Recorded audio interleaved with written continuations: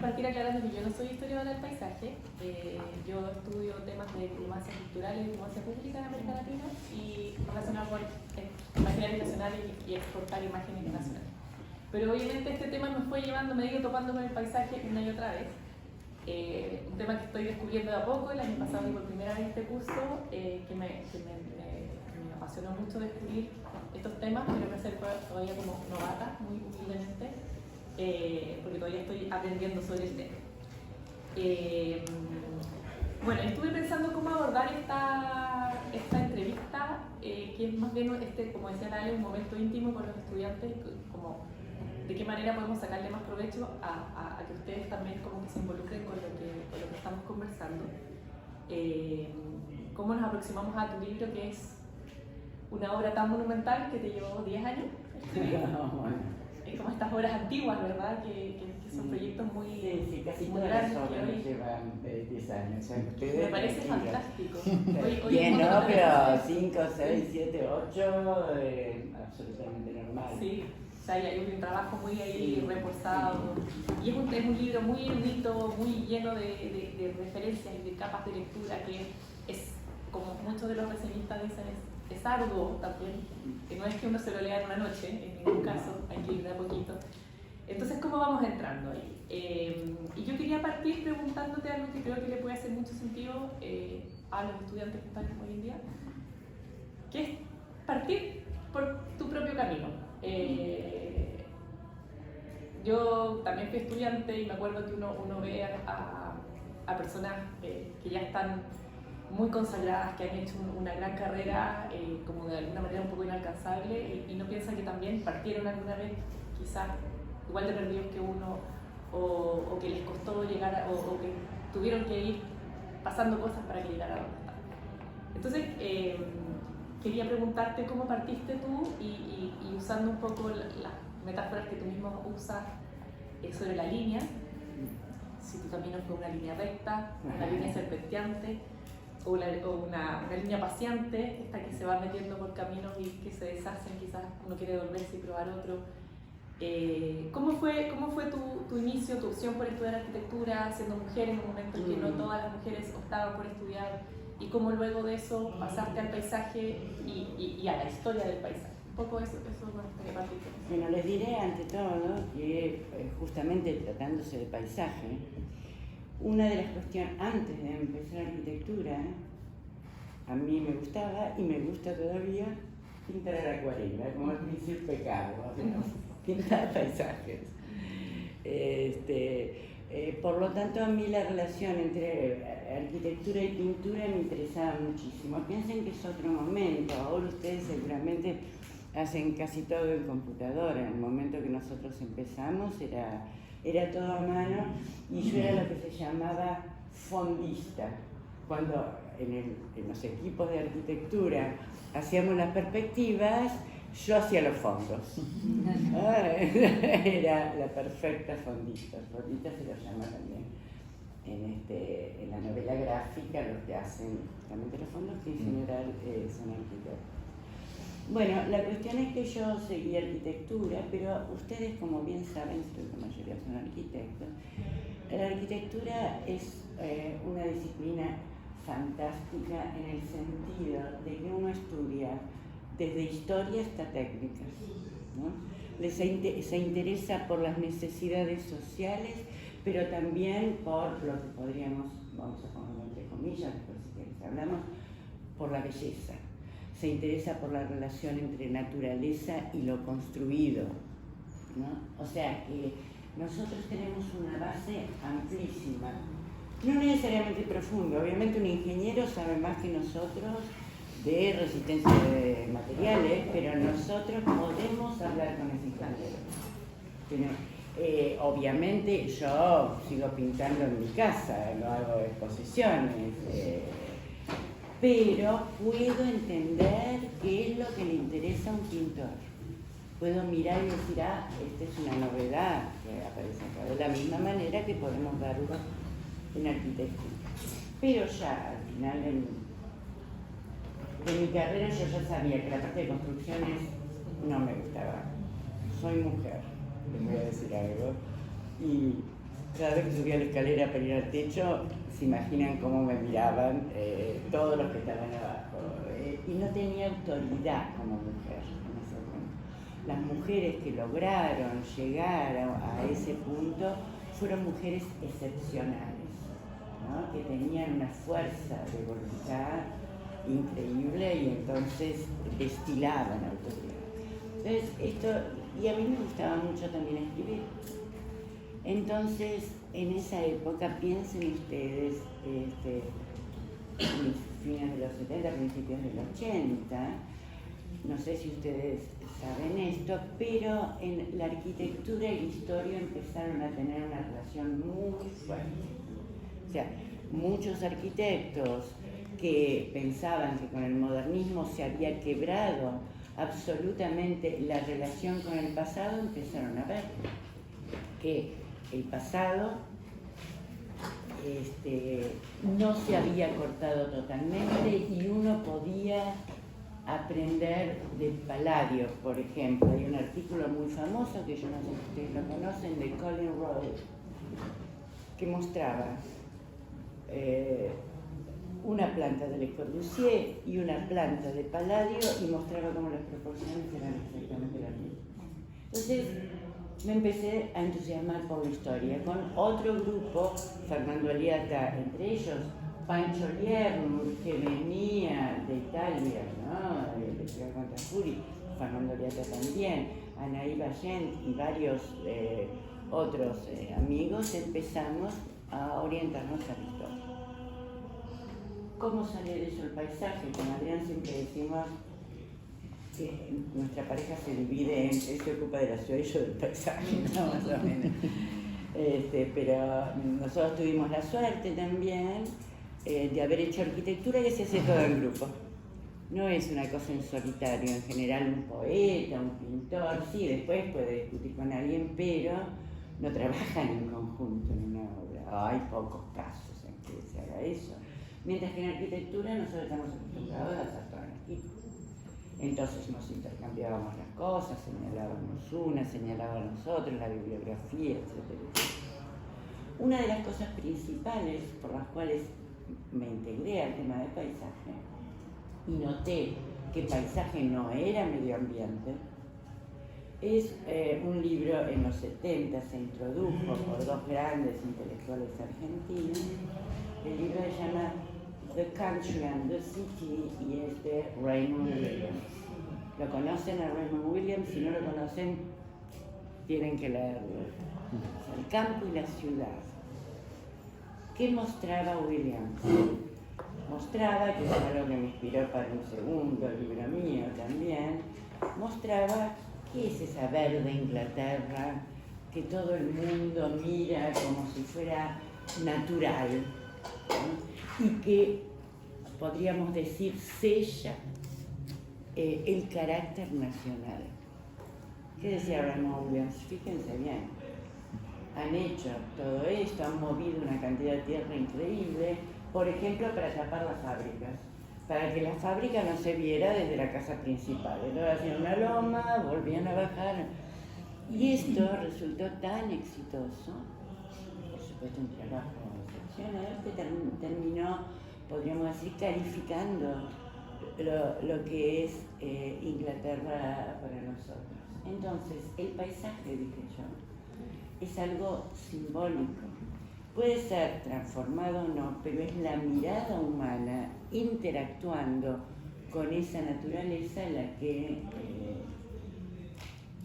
digamos, la que conforma el paisaje.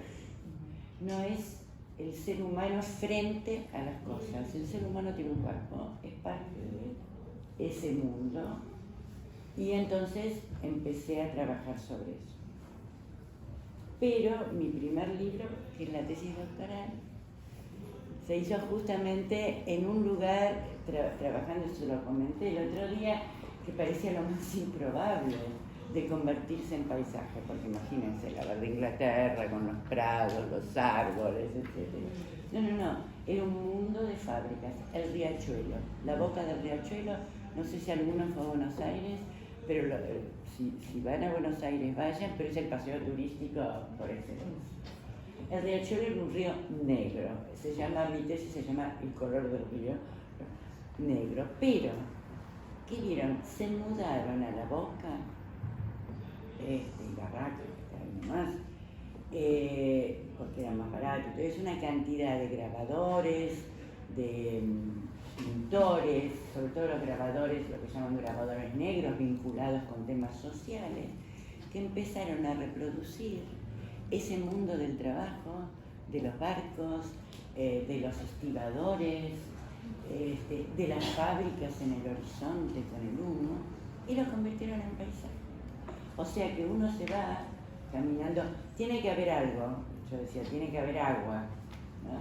Porque el agua le da, lo vincula, aunque esté negro, roñoso, yo qué sé, lo vincula con el mundo natural. Pero el resto era todo, comillas, artificial.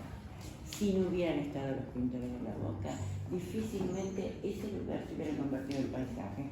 Hubiera pasado la topadora y hubieran hecho edificios modernos, como sin duda hicieron más arriba. Grandes conjuntos, mientras que La Boca mantuvo su personalidad, incluso Quinquela Martín, uno de los grandes pintores, intervino directamente en La Boca, en algunas calles, como las calles de Milito, diciendo cómo tenían que pintarla.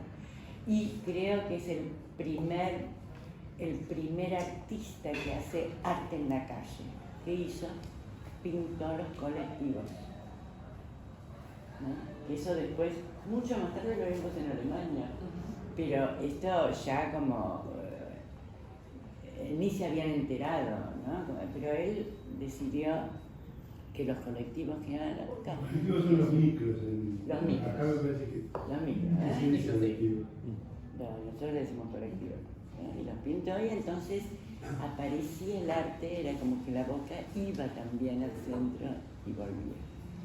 O sea, y ahí seguí con el lugar común, que es justamente cómo están identificados los paisajes de cada lugar de Argentina. Uno dice, La Puna, un paisaje, ¿no?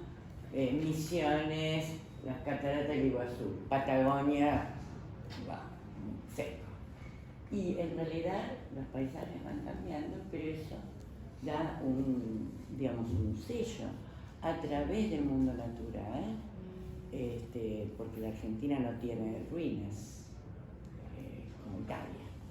No es que decía, vamos a ver, ¿no? Las ruinas romanas, no. Entonces la Argentina se presentó a través de la naturaleza. Muchas gracias, me parece muy interesante cómo vas también muy pionera, haciendo un camino que se sale de una disciplina, pone el pie en otras disciplinas, que es algo que aún hoy, que hay un discurso muy pro interdisciplinar, ninguna institución está muy preparada para eso. Y que hayas hecho ese camino tan propio en el fondo, abriendo otros caminos. Y también que tus preguntas surjan de tu propia lugar en el mundo donde estás parada, en el fondo el río de la Plata, cómo se convierte en un paisaje. Y llevando eso un poco a la siguiente pregunta, me gustaría hablar sobre la génesis del libro, Las tierras desubicadas en particular. Tú mencionas un viaje, y esa idea la voy a rescatar bastante en esta entrevista. El viaje como punto de partida para una investigación y una forma de imbuirse y comprender un paisaje determinado. Tú ahí recreas el viaje de Ulrico Schmidl en el siglo que él hace en el siglo XVI. Esta a la vez va repitiendo viajes que hacían antes los tupi y guaraní, no sé si son los mismos viajes, son distintos. Esto del viaje como origen de un libro y de un recorrido y una casi creación de una nueva idea de paisaje, me recuerda mucho el caso de Amereida, que también parte con un viaje, ¿verdad? Es el viaje que de alguna manera también, en el caso de ellos, a través de la poesía, y van refundando América, Sudamérica con nuevas coordenadas, nuevas direcciones, y también van elaborando nuevas cartografías. Entonces, eso me gustaría que nos contaras un poquito de este viaje como punto de inicio, en qué consistió, cómo fue pensado y un poco qué... Sí, a Mereyda fue sin duda un punto de inspiración para mí. Pero hacer un viaje, bueno, no es fácil, uno puede viajar normalmente, pero este viaje, como van a ver, fue un viaje especial con premisas particulares. Y se vincula también con un momento en que mis primeros libros, la relación entre ambiente y pintura y poesía, por el caso de Mereyda, estaban muy estrechos, pero se empezó a hablar de paisajes sonoros, paisajes olfativos, gustativos. Yo empecé a darme cuenta de que no era lo mismo cuando, bueno, acá llegamos a Chile y nos pasamos comiendo marisco, cosa que en Buenos Aires, salvo la merluza, es un poco difícil, como pescado, como un poco pescado, vamos más carne. Entonces eso también le da un tono al lugar que estamos ocupando. La cuestión es que este viaje fue realmente caído del cielo. En el 2008, antes de la crisis europea, eso fue importante, resulta que un amigo mío, poeta, Martín Prieto, cuyo padre además escribió uno de los libros más hermosos que hay sobre el tema de los viajeros ingleses y el nacimiento de la literatura argentina. La hipótesis de él, eso yo algo comenté, es que fueron los viajeros ingleses los que describieron los paisajes que después los escritores argentinos, muchos de los cuales, como Sarmiento, por ejemplo, no conocían La Pampa, leían a los viajeros ingleses y lo traducían. Bueno, el hijo de Adolfo Prieto, Martín, es poeta, crítico literario, vive en Rosario y en ese momento era director del Centro Cultural de España.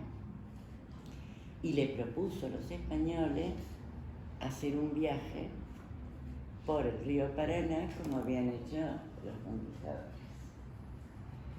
Me llamó a mí porque yo había escrito el libro del Riachuelo y yo le dije, bueno, pero, porque esto era el 2010, es el aniversario, ¿no? ¿A vos te parece que, aunque sigamos la línea de Schmid, no te parece que seguir solo la línea de los conquistadores, pensemos también otros viajeros, ¿no?, que fueron remontando el Paraná? Es más, empezamos a armarnos una biblioteca de viajeros para ver cómo estaban descritas las cosas. Y pensemos más bien en Alexander von Humboldt, de lo cual hablé el otro día. Él no bajó, digamos, él no estuvo por el Paraná, pero es el modelo de viajero del siglo XIX, un modelo muy progresista que le da tanta importancia a la cuestión estética como a la cuestión científica. Fue el primer ecólogo, el primer meteorólogo, pero claro, tenía una cabeza que ninguno de nosotros tenemos. Sabía de todo. El hermano además era lingüista, o sea que él también pudo alimentarse cuando entraba en este mundo del norte de Sudamérica, de los idiomas los muy distintos idiomas que iba escuchando. Bueno, la cuestión es que, ¿cómo hacer? Ni Martín ni yo teníamos la cabeza del mundo. Entonces dijimos, vamos a hacer una expedición invitando a mucha gente. Yo dejé el libro en la facultad, el libro que hicimos que se llama Paraná Onco, en guaraní, que quiere decir el espíritu, la figura o el alma del Paraná. Figura, espíritu, alma son más o menos sinónimos en la lengua tupí-guaraní. Gracias a que teníamos un lingüista jesuita en el barco, nos fue diciendo exactamente cómo era todo. Nosotros viajábamos en el barco, viajaban mucho tipo de gente. Por ejemplo, había un chef paraguayo que se ocupaba especialmente de cocinar con las hierbas, ¿no?, paraguayas allá en Paraguay, pero que iba dando, digamos, pescando, los peces que van cambiando según la altura del Paraná. Teníamos antropólogos, teníamos geógrafos, teníamos músicos. Yo mostré una de un músico que es un ruidista más que músico, o sea, se autodenominaba él, que metió un micrófono bajo el agua y entonces grabó el ruido del agua y con eso hizo su obra, ¿no? Periodistas, escritores, etc. Pintores, por supuesto, y arquitectos. Uno de los arquitectos lo que hizo fue instalarse con el capitán en la proa de un catamarán a ver cómo iba siguiendo el viaje. Por supuesto había GPS, pero ¿qué pasa con el Paraná? Va cambiando todo el tiempo. Las islas se mueven. Entonces, el catamarán que bajó a recogernos a nosotros, cuando bajó lo que tenía eran planos que parecían los planos del siglo XIX. Esta curva, ahí hay un árbol, allá se ve la iglesia, esta es una población, acá hay una isla, ojo, porque por eso es un catamarán, es chato, si no encalla. La verdad que fue fantástico descubrir cómo uno viajaba en una forma muy lenta, tardamos como un mes. Y también que fuera lento fue fundamental para entender el paisaje de otra manera. Si uno viaja en avión, bueno, lo ve de arriba, no digo que es interesante, ¿no? Cada vez que cruzo a Chile miro los Andes, pero es otra experiencia, ¿no? Si uno ve en auto también, ¿con quién hablábamos el otro día? De ir en bicicleta o al sur o ir en auto. No es lo mismo. En bicicleta uno va mirando, parándose, experimentando el paisaje de distintas formas, de tal manera que el tiempo empieza a ser parte del paisaje. Sí, eso se relaciona con la siguiente pregunta que te quería hacer, así que muy bien. Que es, pensando en este viaje que tú contabas, me viene a la mente la idea de un paisaje que no es estático, como el que uno ve por una ventana o que uno ve en un cuadro que tiene un marco delimitado, sino que es un paisaje que está en movimiento y que además uno no puede abarcar con la mirada completamente. Es un paisaje en un recorrido que uno sabe que va cambiando y va sumando lo que ya vio y lo que va a ver y lo va uniendo y también desde esta noción de continuidad, porque también, como tú bien decías, el viaje en avión, claro, uno podría mirar desde arriba y viendo cómo cambia todo, pero generalmente uno va viendo películas, uno sale de un clima a un paisaje y un par de horas después está en un paisaje totalmente distinto, como que te hubieras teletransportado. En cambio, este recorrido en barco, vas viendo la continuidad, es un paisaje que es mucho inclusive más... la continuidad del día y la noche, es eso que pasa, cómo va cambiando. Y llevábamos un astrónomo también. Entonces nos poníamos todos a mirar las estrellas en lugares que uno no las puede ver en Buenos Aires, por ejemplo, porque brilla tanto todas las luces que uno no ve un pepino.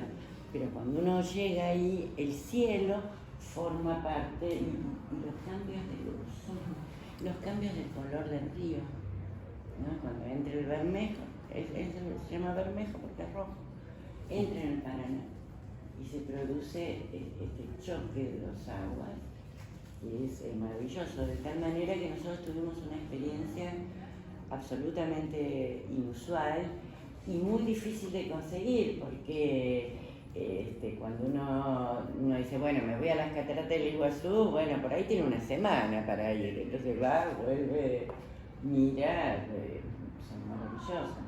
Pero incluso después nosotros llegamos a Asunción y después por tierra un grupo de nosotros fue a las misiones jesuíticas paraguayas, que son maravillosas. Pensar que ahí, que era la mata atlántica, de la cual queda muy poco, pero que ahí, hace 3 siglos más, se instalaron en el medio de la selva y hicieron estas pequeñas poblaciones autosustentables, realmente no se puede creer. ¿No? O sea, no, digamos, todo este mundo también se me abrió en este viaje. Y yo quería rescatar una cita que tú dices en tu libro con esto de la idea del viaje en movimiento. Que tú dices, eso me disturba. No dejo de recordar que la aspiración de autoctonía, plantas, paisajes y humanos, está demasiado cerca del ideal europeo de sedentarismo y muy lejos de la concepción de territorios de los pueblos nómades de las tierras bajas. Entonces, no sé si puedes contar esta experiencia de los guaraní. Esto es también muy interesante. En principio, hay un libro muy lindo, ¿cómo se llama el autor del viaje de las plantas? Que salió ahora. Emanuele de Cocha. No, Emanuele No. Otro italiano. Stefano Mancuso. Mancuso. Las plantas viajan, y uno lo que ve con el Paraná, viajan las plantas, viajan los animales. Hay una novela hermosa de Horacio Quiroga que se llama Anaconda, la víbora, que viaja río abajo, ¿no? En estas islas que se van armando en el de flores, plantas, tierra, ¿no? Y que muchas veces vienen con animales. Me acuerdo de unas grandes inundaciones de Buenos Aires que venían jabalíes ahí enfrentados. Entonces, eso por un lado. Por otro lado, está probado, la verdad que todas las investigaciones antropológicas e históricas últimas de los últimos 10 años son impresionantes. Los tupí guaraní, que son de la misma familia, la lengua es ligeramente diferente, pero se entienden entre ellos, vienen del Amazonas, o sea, del núcleo del amazónico, ¿no? Y van bajando, viajan. En realidad, los europeos también viajaban. Pensamos que la ciudad griega, la ciudad ateniense, cuando llegaba a cierto número, hay una parte que se tenía que ir y armar una colonia en otra parte. Todas las colonias de Sicilia están armadas con esos viajes, ¿no? Para mantener el número. En el caso griego se dice para mantener la democracia, los ciudadanos, etcétera, etcétera. Si era demasiado grande no podía hablar todo cara a cara, ¿no? Entonces, el tema del viaje es común, pero en Europa este recuerdo se perdió. Porque Europa y también Inglaterra. Hace un tiempo leí que un investigador, un biólogo, algo así, habían encontrado unos huesos, y los huesos eran de un antepasado de hace, no sé, 100.000 años, ¿no? Y tenía el ADN demostraba que era una niña con este indio. Entonces, muchísima gente viviendo, muchas generaciones viviendo en un solo lugar.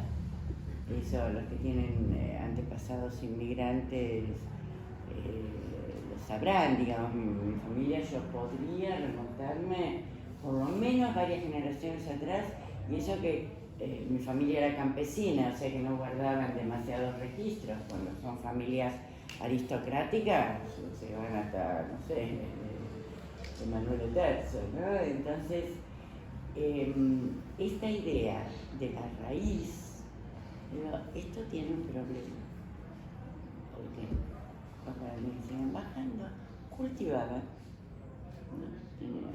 Tenían huertos, digamos, alrededor. Los hombres salían a cazar a la selva. Cuando ya la tierra estaba agotada, se iban. En general quemaban las tiendas, pero como ustedes saben, las cenizas a la larga son fertilizantes para la tierra, de tal manera que seguían creciendo. La mata atlántica fue exterminada mucho tiempo más tarde, cortada, ya en épocas hispánicas y en épocas modernas, pero era tan densa como la Amazonia, tan variada, sigue siendo bastante variada biológicamente. Pero la cuestión es que fueron bajando hasta el Río de la Plata. Bueno, los que se comieron a Solís eran antropófagos, los guaraníes y los tupíes. En realidad no se comían a cualquiera. Se comían para ¿cómo podríamos decir? Absorber las cualidades del jefe, ¿no? Es más, los tupís en general tomaban prisioneros a uno, los mantenían un año encerrados, les daban una mujer, les daban de comer, los ponían gorditos y después en una lucha abierta lo mataban y se lo comían. Hay una película de Nelson Pereira dos Santos que se llama "Oh, qué gostoso era mi francés", qué rico que era mi francés. Y hay un ensayo maravilloso de Montaigne que dice sobre los caníbales, porque causó horror en Europa, que dice Montaigne: escúchenme, acá nos matamos entre todos, por lo menos estos, ¿no? Están un año tranquilos, le dan la oportunidad de pelear, y bueno, y después se lo comen. Es decir, o sea que el tema del canibalismo también fue importante, y fue muy importante porque a Solís se lo comieron. Les recomiendo un librito, que también hay alguien que habla también mucho de paisaje. Yo estoy trabajando sobre él porque justamente Martín Prieto me pidió a mí y a Adrián que escribiéramos algo, que es Juan José Saer. ¿Lo conocen? Es el mejor escritor argentino, era el mejor escritor argentino después de Borges. El Entenado es el jovencito que se quedó efectivamente a Solís. Se lo comieron, Solís bajó, los otros estaban en el barco, vieron horrorizados cómo se lo comían a Solís, los indios, pero preservaron los adolescentes, no se los comían. Era un adolescente de 12 años, un gourmet, Francisco del Puerto se llamaba, esto es cierto. Y Saer se inspiró para El Entenado, el Pariente. No sabía ni leer ni escribir, apenas tenía un vocabulario muy restringido, y entonces él, como 20 años después, empieza a servir bien de vuelta a los españoles, se encuentran a le sirve de lenguaraz para traducirlo, y lo que es maravilloso es pensar, trata de pensar cómo se ve el paisaje cuando se habla otra lengua, cuando se vive en otra cultura, que tiene todo que ver. Cuando me dicen, ¿hay paisaje para los guaraníes? Bueno, no te podría contestar, pero lo más cercano que tenemos, los poetas y los escritores, tratan de pensar cómo se vería algo, ¿no? Cuando uno prácticamente no, y aparte es muy jovencito, se olvida de sus propias palabras y empieza a mirar todo, empieza maravillosamente. De estas costas vacías me quedó sobre todo la abundancia del cielo. Entonces también da una idea de la pampa positiva, no negativa, por el cielo. El resto es una planicie totalmente falta de gracia, pero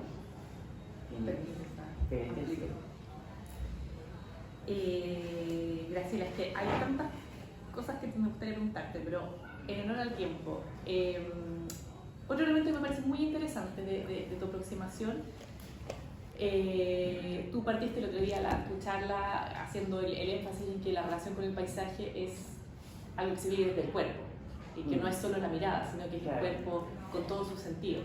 Tenemos una percepción espacial, tenemos el olfato y tenemos el oído. Y tú hablas de los paisajes sonoros, que me parece sumamente interesante cómo en este viaje incluyen a este músico que va grabando los sonidos. Me recordó un poco la novela de Valeria Luiselli, Desiertos Sonoros, no sé si la conocen. No. Que es una escritora mexicana, y donde los dos protagonistas están trabajando en un archivo de sonidos y están todo el tiempo grabando los sonidos de Ciudad de México, en donde viajan. Y ahí uno empieza a poner la atención en cosas, en sonidos que nunca se había fijado, que suelen ser como invisibles porque tenemos la primacía de la mirada. Entonces, si nos puedes contar un poco esta idea de paisaje sonoro y cómo tú también la desarrollas en tu libro, y cuál es el paisaje sonoro del río Guaraní. Bueno.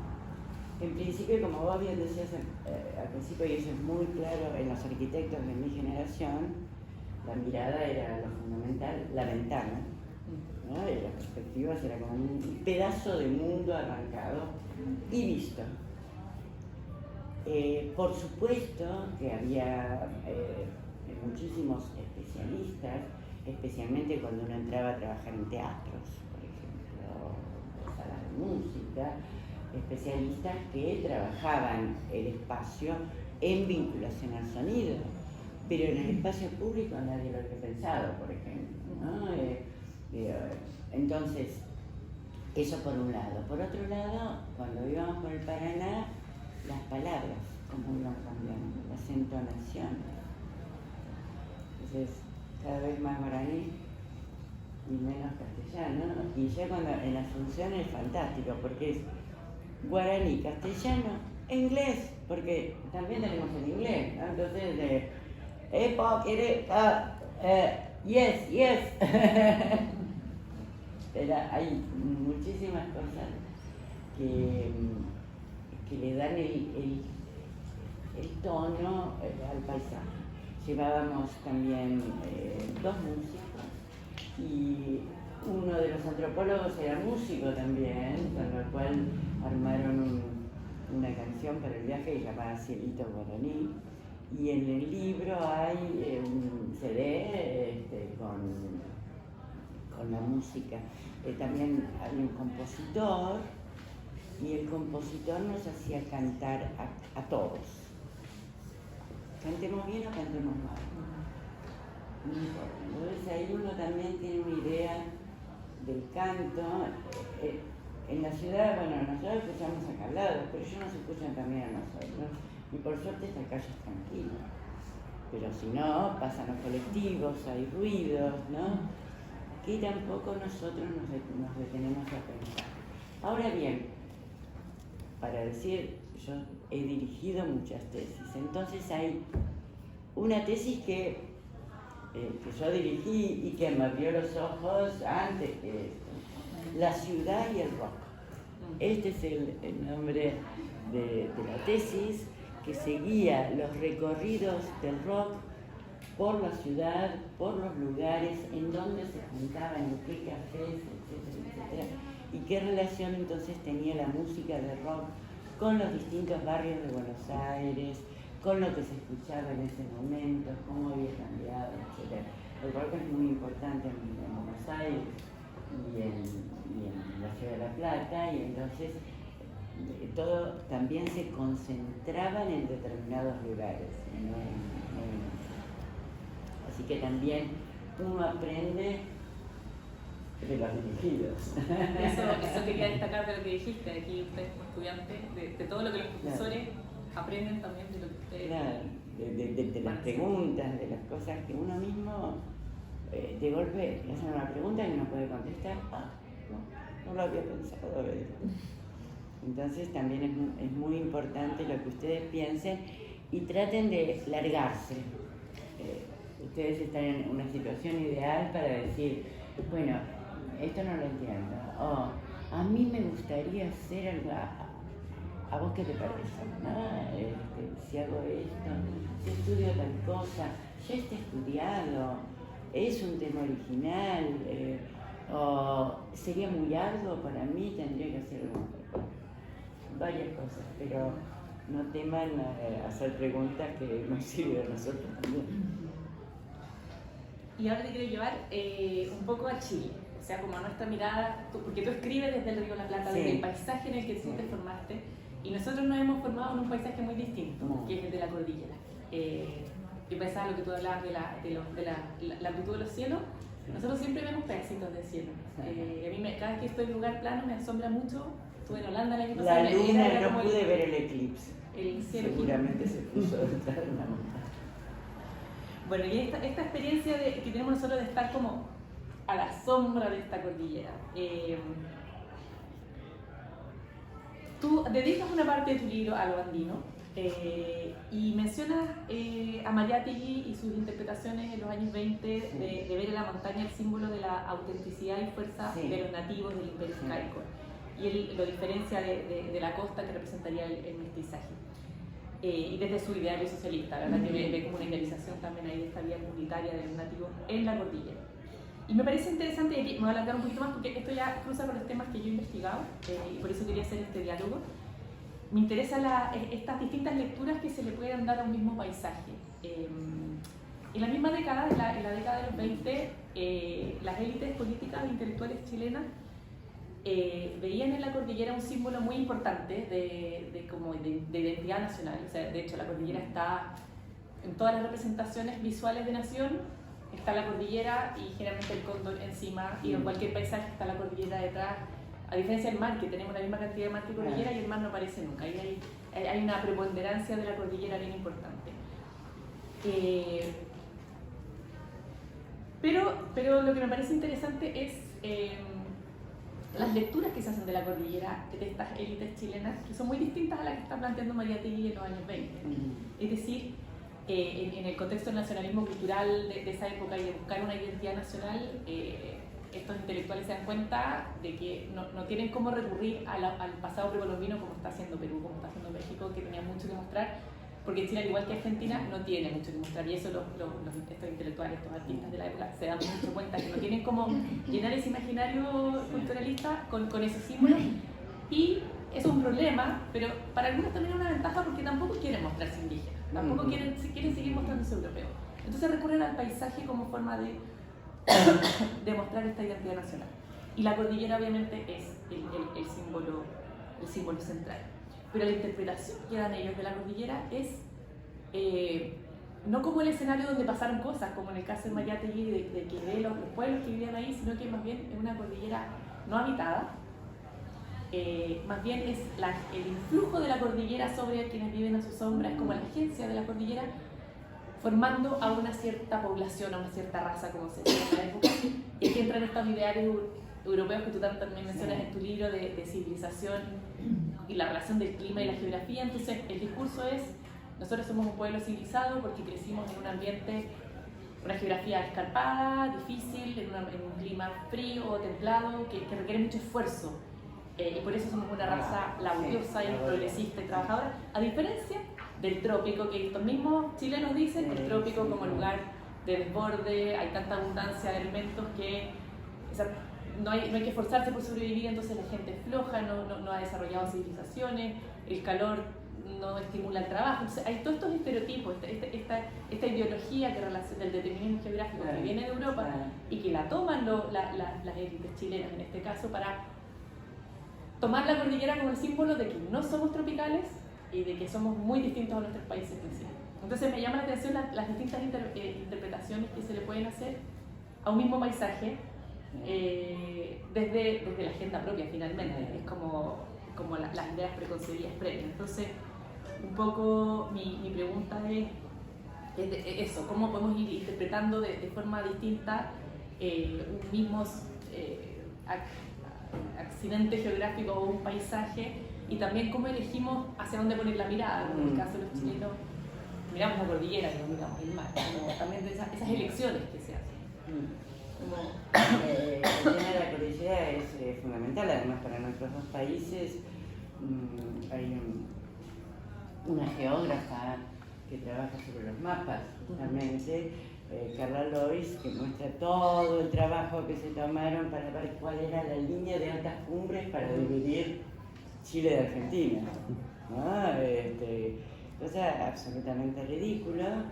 Y también, ahora para abrir la cuestión indígena, yo todavía de joven escuché a algunos historiadores decir que la campaña de Roca en el desierto estaba justificada porque toda la familia mapuche que llegaba hasta Córdoba era chilena.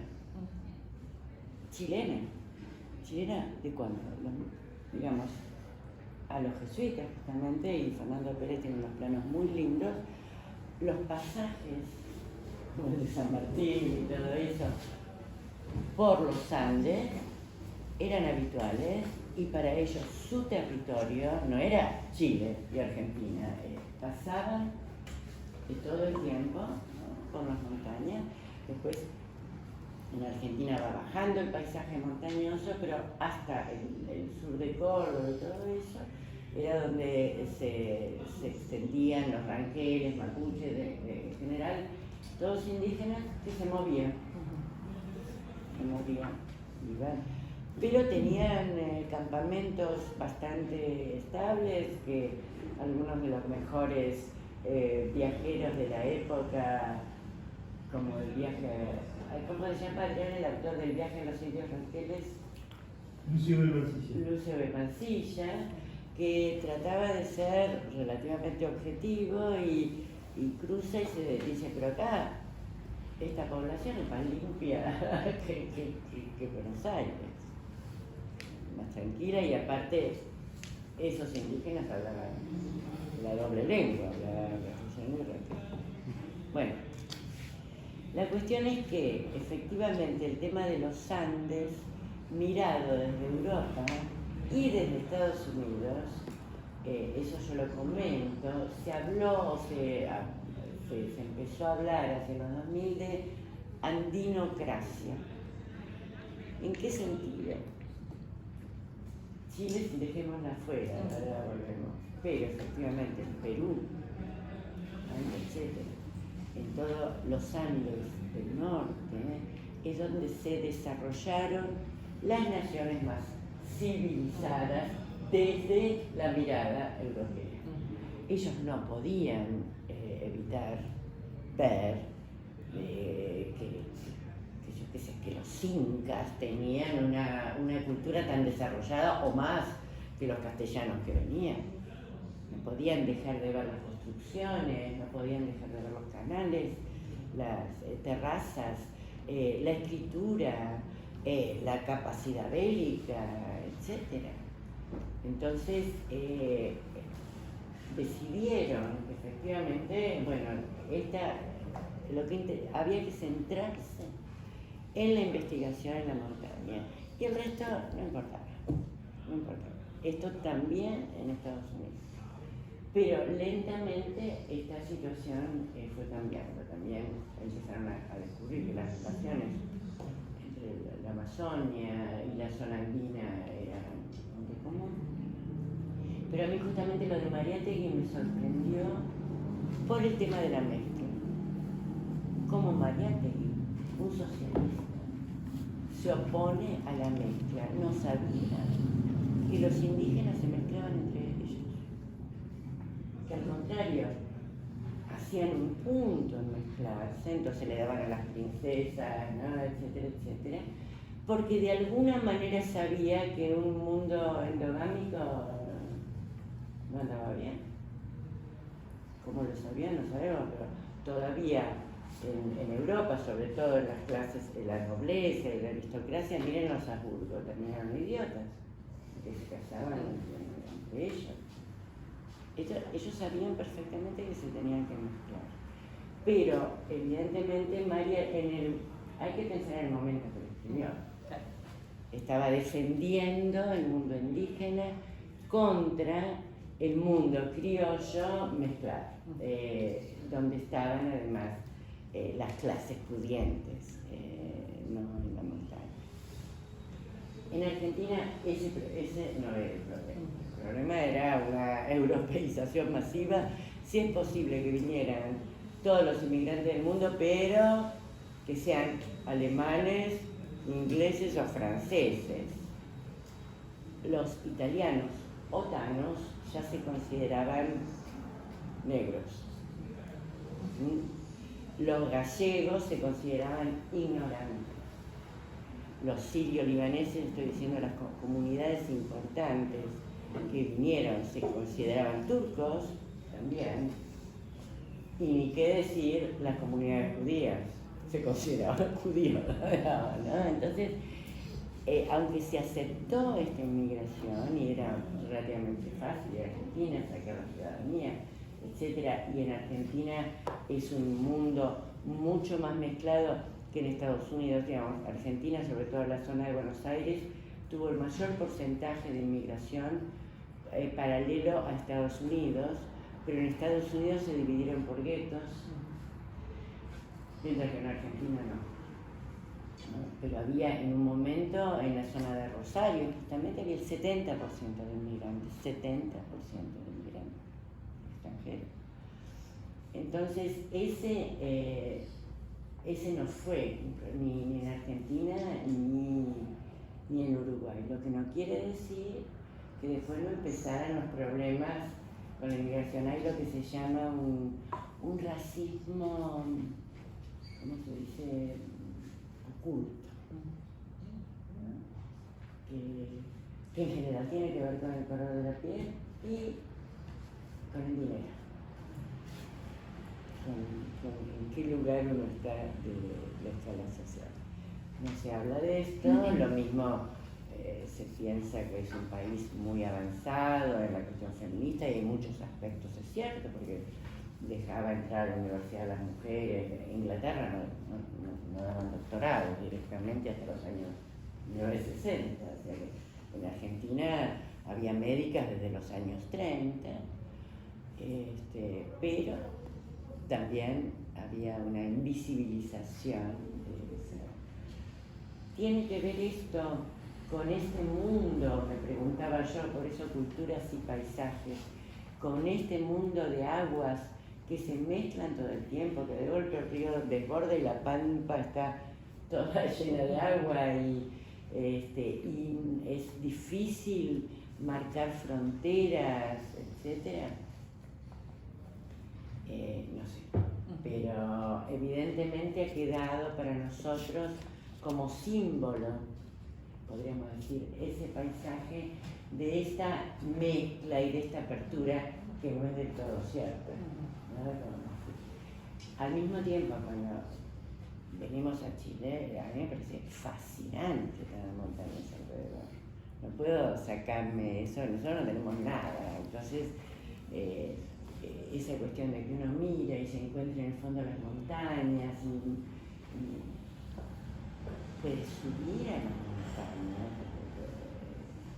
no es difícil, y ver a las ciudades de arriba, pero subir en cable carril o seguir caminando si uno tiene, yo no, pero bueno. Me parece que es una situación particular, pero los Andes chilenos no fueron considerados. La andinocracia es hasta Perú, un poco más al sur, Bolivia, una parte. El resto, no, porque no hay culturas al nivel, ¿no?, que ellos esperaban, que ellos calificaban, ¿no?, como civilización, ¿no?, como cultura. Bueno, me quedan varias preguntas en el tintero, pero ya estamos llegando a la hora, así que quería ver si es que alguno de los estudiantes o de los profesores presentes quiere comentar o preguntar algo, si hay alguna duda, mi aporte. Se quedan pensando. Espero.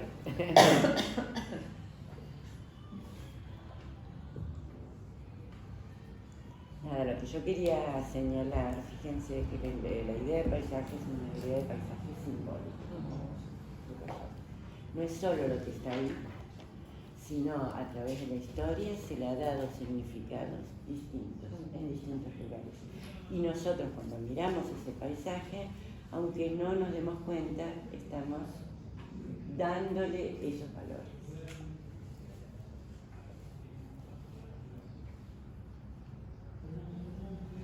Sí, para cerrar entonces, ya que estamos en la hora, claro, hay un tema que no alcanzamos a abordar que es como central en tu libro, que es el paisaje, cómo se constituye, también volviendo a la idea del viaje, de los viajeros que llegan a América, desde la mirada foránea, en el fondo, como la extrañeza que produce conocer un paisaje que no es el propio, Sí.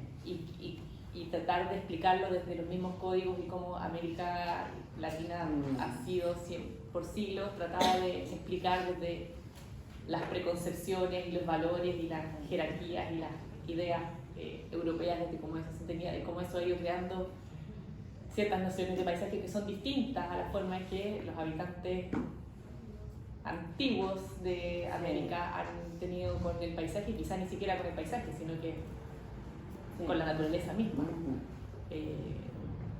Entonces, ¿qué es lo que un poco da, no sé si brevemente quieren explicar la historia como los comentarios de Levi Strauss te llegan al título del libro. Porque me sorprendió muchísimo. Esa es una, la primera parte del libro está dedicada a Levi Strauss. Levi Strauss escribió muy joven. Él era belga, pero bueno, para los belgas Francia también es el centro del mundo. Y se dio cuenta que él ahí no iba, había estudiado filosofía, pero que no iba a llegar muy lejos, porque era belga, uno no conoce también esos y judío. Entonces dijo, me voy a Brasil.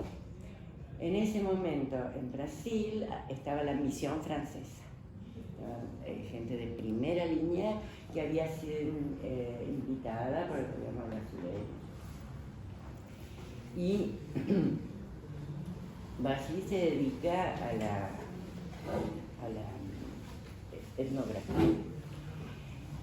Cuando él llega, son hermosas las primeras páginas del mar, porque fíjense, eso también me abrió la cabeza, porque él dice, lo primero que uno siente es el olor a América, cuando va llegando. Efectivamente, después de viajar en mar durante mucho tiempo, siento el olor a tierra, siento el olor a verde, siente el olor de que hay algo antes de ver, ¿no? Que es distinto, o sea, ese mismo mar cambia. Pero cuando llega a Río de Janeiro, la bahía más hermosa del mundo, y que todo el mundo dice que es la más hermosa del mundo, dice no, me parece la boca desdentada de una vieja. ¿Por qué? Porque es demasiado ancha, no está a escala humana.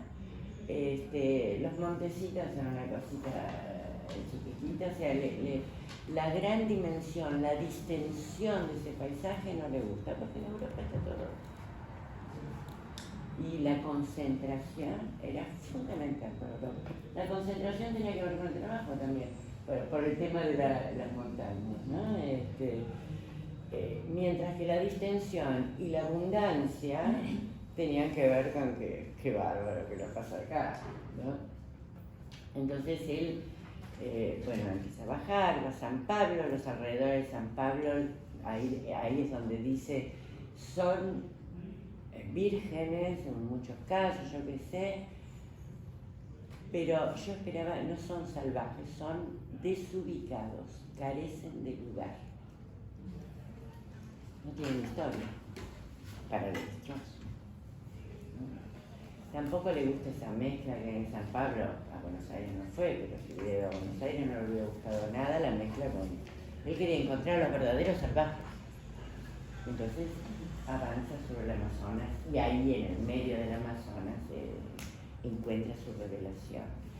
Lo que es muy importante de Levi Strauss es que quedó varios discípulos, entre ellos los tres, empezaron a decir justamente lo contrario.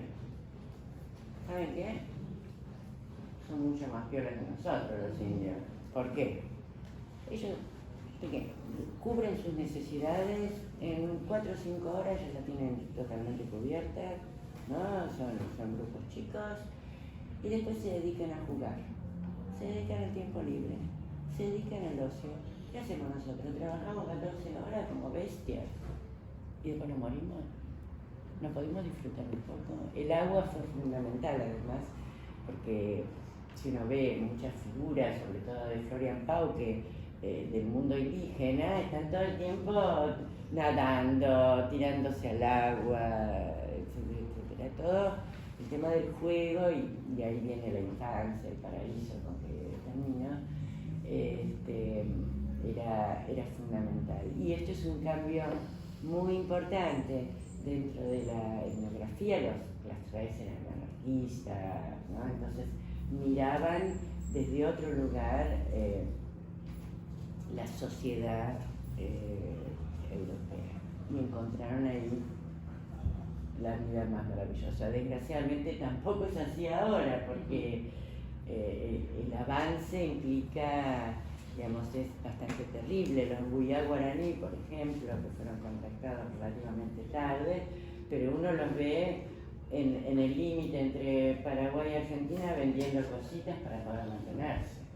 y les dieron tierras, pero les dieron tierras al lado de autopistas. Ustedes se imaginan, digamos, qué es esa tierra, qué pueden trabajar con esa tierra. Bueno, Graciela, te quiero agradecer esta conversación, a todos también por estar acá y tus observaciones. No, yo creo que siempre en las 3 oportunidades nos hemos quedado cortos de tiempo. Ojalá esto lo pudiéramos extender a una Les semana. agradezco muchísimo. Está a disposición, tanto el PowerPoint, a disposición de ustedes, sino, si quieren, mi mail, para cualquiera de ustedes que quiera, me dice, soy tal, de la maestría de Santiago. ¿No? El otro día también me interrumpió una chica que me dijo, ay, ¿me podría leer estas cosas? ¿No? Ay, me gustaría, perfecto, estoy a disposición de ustedes, para darles una opinión, lo que ustedes quieran, algo que les quedó flotando y tienen alguna bibliografía. Les agradezco muchísimo que estén acá y la hemos pasado bárbaro. Tendremos que repetirlo muy pronto. Exactamente. Bueno. Bueno. Muchas gracias.